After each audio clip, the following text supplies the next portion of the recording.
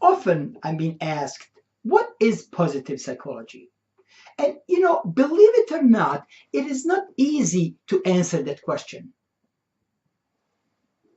Now, why is not easy to answer question on positive psychology? Because it is confusing for some people. You see, positive psychology, I believe, at one point will just be psychology. It just happens to have some tools that we haven't used in psychology. So, as you know, in traditional psychology, we were concerned about helping people get better, right? Helping people get out of depression, helping them to move from, -5 all the way down the scale and come to +5. With positive psychology, we are concerned with what's good with people, what's right with people, rather than what's wrong with people. So, why do I say that positive psychology at some point just needs to be psychology? Because again, it is confusing. People think that positive psychology is concerned about just being always positive, always being happy, smiling, confusing it with positive thinking, and has nothing to do with that. Let me explain.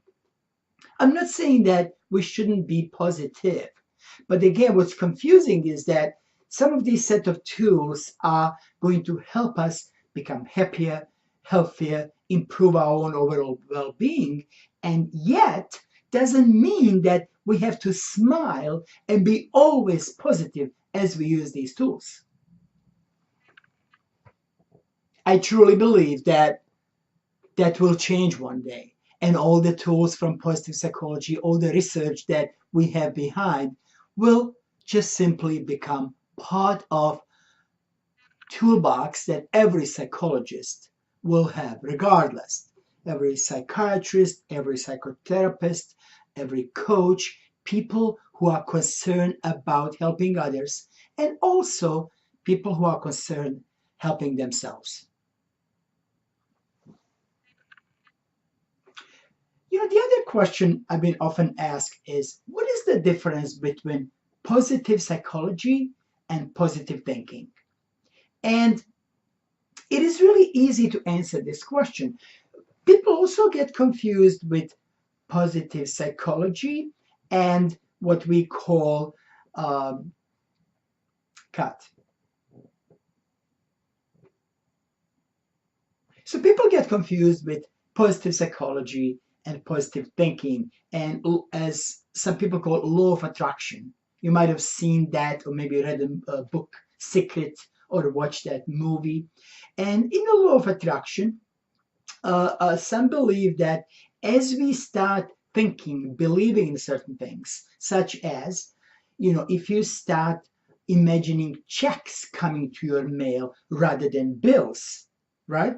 All of a sudden the checks will start coming. Well, let me explain why there is a possibility that checks will start coming and not bills.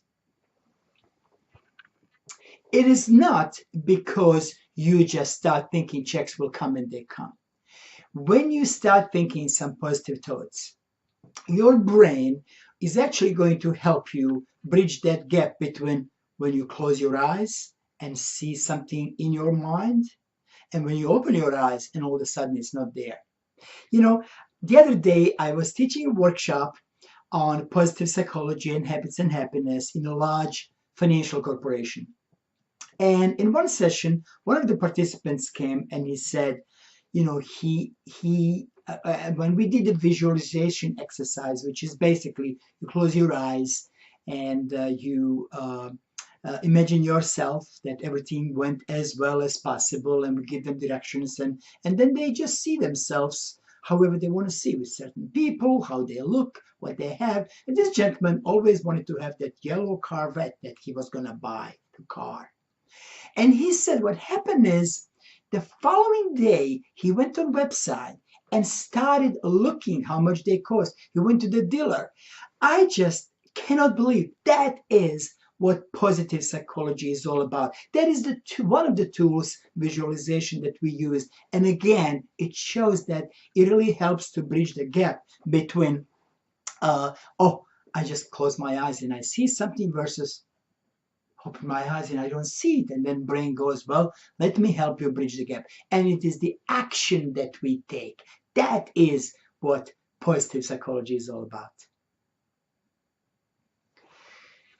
And now just to close briefly on this short introduction on positive psychology. Again, it is a set of tools. It is a set of tools that most of us already know. It is a set of tools that some of the tools have been used for thousands of years. Meditation, yoga has been used for thousands of years, and we know that help people.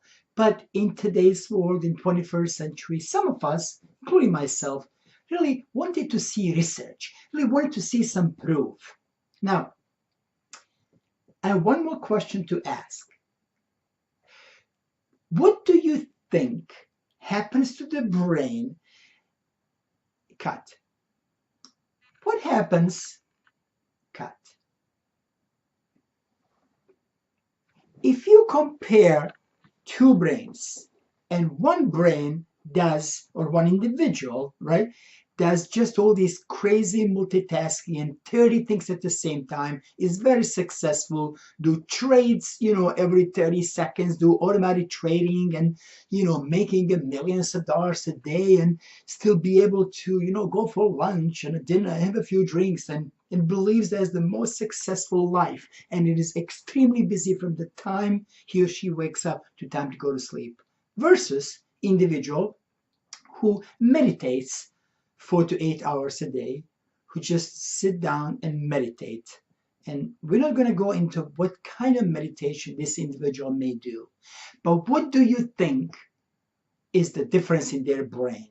Is the brain of the individual who works so hard much more active than the brain of individual who meditate? Most of the people say, of course. And it would make sense if you do all these things that your brain will be much more active. However, the research shows that people who meditate, their brain is actually so much more active than the brain of people who do all the multitasking. And also, which I believe is extremely important, the research shows that, well, first of all, you probably knew, and if you didn't, I'm going to give you bad news. And that is, something else to worry about in our life. And that is that our brain, certain parts of the brain, thin out. They get thinner as we get older. And do you believe that people who meditate, their brain doesn't get thinner? And now I'm not talking only people who meditate, 10 hours a day, but people who meditate maybe even just 20 to 30 minutes a day. That's what the latest research shows. So pick up a few tools from positive psychology, do some reading, pick up a few books, take a courses, study even more if you can, as much as you can. And even if you pick up 1, 2 tools, I guarantee you that you will improve your life, you will become happier, you'll become healthier when you choose a certain tools, and therefore you will become even more successful in any area of your life you wish to do so. So good luck, have fun, use the positive psychology toolbox, pick a few tools, and please teach others. Teach others to also become healthier, happier, and more successful. Hi, my name is Braco Pobric, and I am one of the positive psychology people.